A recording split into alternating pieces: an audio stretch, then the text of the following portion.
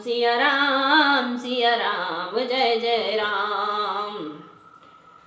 आप लोग पार्वती के पास जाकर उनके प्रेम की परीक्षा लीजिए और हिमाचल को कहकर उन्हें पार्वती जी को लिवा लाने के लिए भेजिए तथा पार्वती को घर भिजवाइए और उनके संदेह को दूर कीजिए।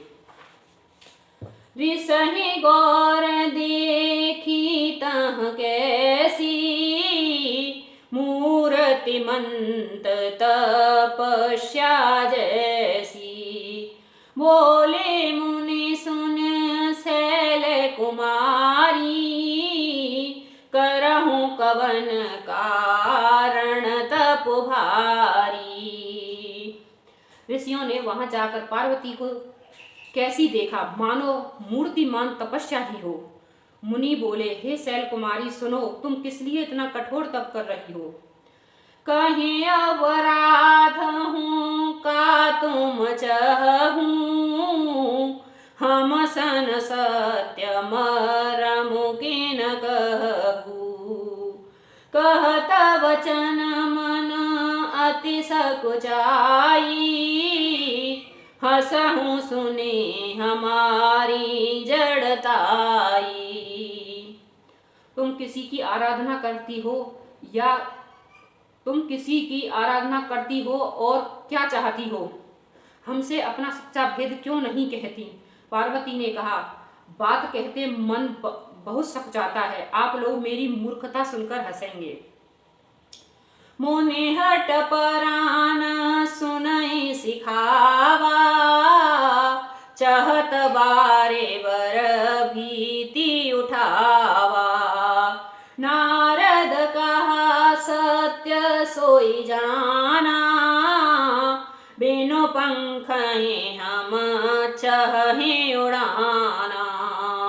देखहु मुनि अविवेक हमारा, चाहूं सदा से वहीं भरतारा। मन में हट पकड़ लिया है, वह उपदेश नहीं सुनता और जल पर दिवाला उठाना चाहता है।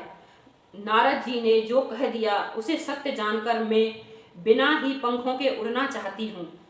हे मुनियों, आप मेरा अज्ञान तो देखिए कि मैं सदा शिव जी को ही पति बनाना चाहती हूँ। सुनत वचन बिहसे ऋषि गिरि संभव तव देह, नारद कर उपदेश सुने कहूँ बिसऊँ के सुगेह। सियावर राम जय जय राम, अवधपति राम जय जय राम। मंगल भवन अमंगल हारी, द्रवहु सुदशरथ अजिर बिहारी। राम सिया राम जय जय राम। पार्वती जी की बात सुनते ही ऋषि लोग हंस पड़े और बोले, तुम्हारा शरीर पर्वत से ही तो उत्पन्न हुआ है, भला कहो तो नारद जी का उपदेश सुनकर आज तक किसका घर बसा है। दक्ष सुत ही उपदेश ही जाई, तेना फिर भवनो न देखा आई। चित्रकेतु कर घर उन घाला, कन कर सो कर पुण्य असहाला। उन्होंने जाकर दक्ष के पुत्रों को उपदेश दिया था, जिससे उन्होंने फिर लौटकर घर का मुंह भी नहीं देखा। चित्रकेतु के घर को नारद ने ही चौपट किया। फिर यही हाल हिरण्याकश्यप का हुआ।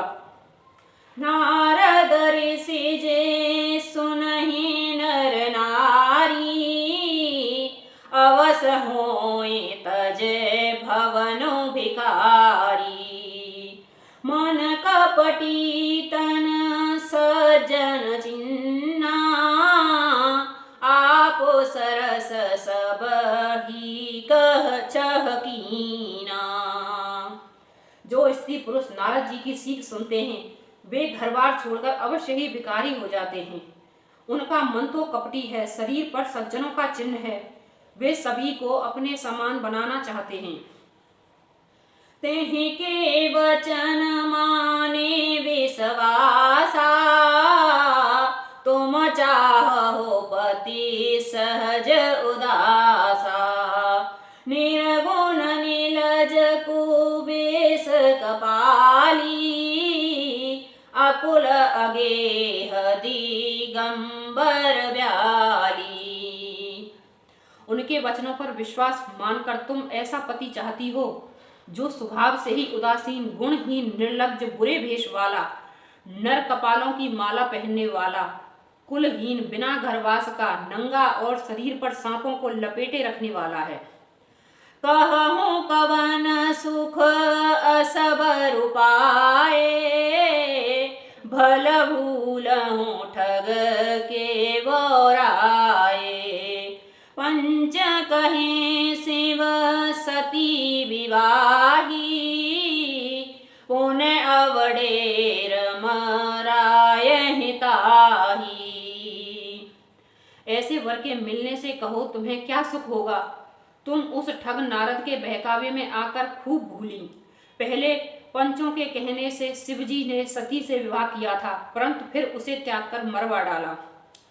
अब सुख सोहत सोच नहीं, भीख मांगे भव खाहि। सहज एका कहीं के भवन, कबहु किनारे खटाहि। सियावर राम जय जय राम, मेरे प्रभु राम जय जय राम। मंगल भवन अमंगल हारी, द्रवहु सुदशरथ अजिर बिहारी।